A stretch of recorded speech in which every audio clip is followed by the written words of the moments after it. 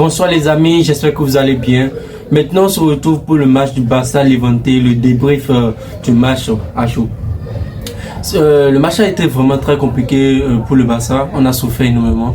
Levante, ils ont énormément défendu, ils ont fait un bloc assez bas pour nous déranger et ça a été efficace pour eux pour un bon moment, mais après ça a été compliqué parce qu'il y a un joueur qui s'appelle Pedri et il y a un joueur qui s'appelle Lamine Yamal qui a délivré une passe incroyable qui a été autogol et Pedri nous a mis une frappe à la lucarne.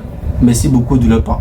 Alors, vu la composition de Flick, on se pose déjà des questions comme quoi, pourquoi Koundé n'est pas titulaire, pourquoi Marcus Rashford a débuté et Rafinha positionné en 10. Est-ce que c'est efficace? Et la titularisation de Casado. D'abord, commençons déjà par Eric Garcia qui a été titulaire à la place de Koundé. Et Garcia est mis titulaire à la place de Koundé. On n'a pas compris pourquoi, parce que Koundé, il a été tout le temps régulier.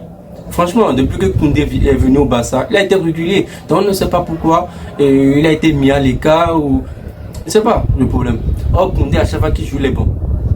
Et la complicité qu'il a avec Lamine Yamal dans des décalages pour... Lamine Yamal donne la passe à Koundé pour qu'il fasse les centres. Mais Eric Garcia n'a pas vraiment ça. Mais je dis pas qu'il est pas bon, hein, mais il a été incroyable. Donc voilà. Après nous avons Marcus Rashford qui a été mis titulaire à gauche. Marcus Rashford pour moi il a été bon. Pas incroyable, mais il a été bon. Franchement, il y a très longtemps, on a eu un joueur qui peut faire la différence, balle au pied pour dribbler. Parce que Lamine Yamal seul qui a la capacité de le faire. Maintenant on a la variété, on peut donner la passe à Marcus Rashford pour qu'il fasse la défense. Lors du match là, il a été efficace en termes de dribble, en termes de combinaison avec ses coéquipiers et l'entente avec Baldé. Parce qu'il laisse l'espace gauche pour Baldé pour qu'il puisse fasse les centres. Franchement, je pense qu'il va réussir au Barça. Certes, pour le moment, il n'a pas encore marqué, mais ça va venir. Parce que l'effectif que nous avons, et vu le jeu offensif qu'on joue, il aura sa chance, en fait. Ça, je suis sûr. On a aussi vu que Rafinha a été positionné en 10. Franchement, Rafinha en 10, dans ce match, c'est la merde, en fait. Je dis pas que c'est lui qui est la merde, mais positionné en 10, on voit pas, il ne se donne pas encore. On ne voit pas encore, on voit pas le Rafinha qu'on connaît en fait. Parce que en 10 il est tout le temps collé à Lamine Yamal et il s'embrouille avec Lamine Yamal dans les positionnements. Donc c'est pas encore ça en fait. Donc Rafinha en 10, ça va pas être incroyable dans ce match, franchement. Donc il va falloir qu'il retravaille sur ça ou bien carrément il joue à son côté favori, hein, un côté droit, le côté gauche plutôt qui joue régulièrement. Voilà. Après on a vu Casado qui a été mis titulaire. Casado qui a été mis titulaire, ça c'est une surprise. On s'attendait pas à ça. Peut-être c'est parce que les rumeurs par rapport à Casado veut quitter le Barça. Pas Casado qui veut quitter le Barça. Le Barça est prêt à entendre les offres concernant Casado, une transfert de 30 millions qui a incité le club à vouloir le mettre titulaire. Là, je blague, je pense pas que c'est que ça. Le coach sait pourquoi il a mis titulaire. Par contre, je l'ai pas trouvé incroyable. Mais bon, il a fait quelque chose qui a été incroyable dans le match.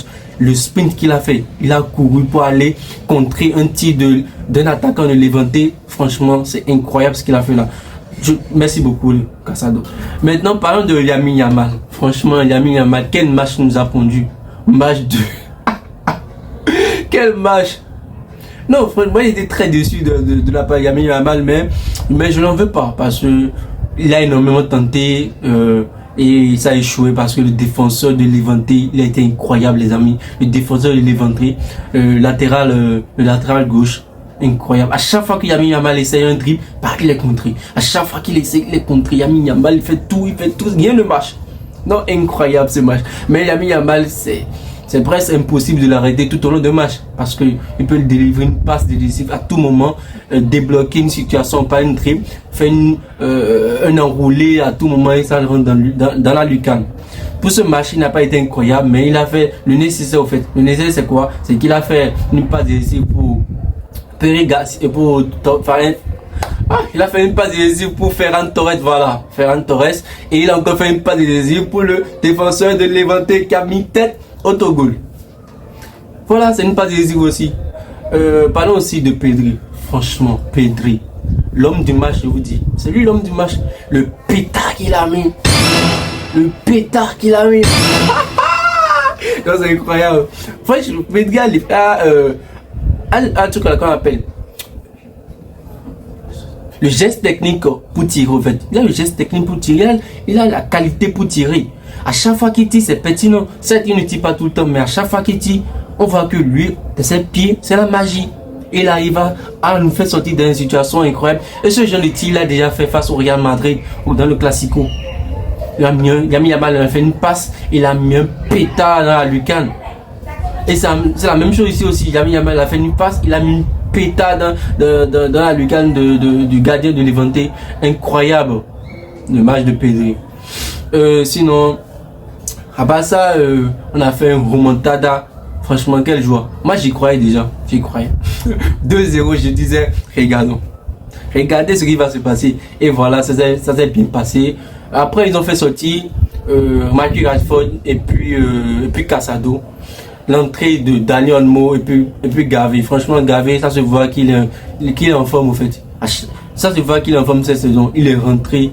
Et vous voyez, il courait partout, il essaie de récupérer le maximum de ballons, il a mis plus d'énergie. Ça se voit en fait. Donc ça aussi donné qu'on appelle. Et Rafinha qui s'est repositionné à sa position initiale en fait, le côté gauche. Et ça a été efficace pour nous. D'autant plus qu'on a gagné 3-2 finalement. Franchement, je suis content. Maintenant, j'ai oublié ça. Parlons de l'arbitrage. Le penalty qu'ils ont sifflé sur Baldé, l'attaquant de Levante a tiré sur la main de Baldé. Pour moi, c'est pas un penalty. Pourquoi? Je vous dis pourquoi. Parce que Baldé, c'est vrai que la main n'est pas totalement collée à son corps, oui, mais vu le positionnement de Baldé, même si la main n'était pas là, ça a touché le corps en fait. Donc voilà, c'est la raison pour laquelle je disais qu'il n'y a pas penalty. Mais d'autant plus que c'est le même arbitre qui a sifflé pour le match du Real, le match du Classico. C'est lui, le même arbitre qui a fait le Classico. Et il y a un penalty sur Tchouaméni. Il a dit c'est pas penalty. Et ça c'est flagrant, ça se voit comme ça. Mais pour ça, il siffle penalty et l'autre il dit il n'a pas penalty. Il faut qu'il nous explique. Depuis quelques saisons, l'arbitrage en Liga, c'est une catastrophe. C'est la merde. Il faut qu'il modifie, je sais pas ce qu'il doit faire, mais il faut franchement qu'il se penche par rapport à ça. Et les amis, abonnez-vous et on se dit à la prochaine. J'espère que vous aimez la vidéo.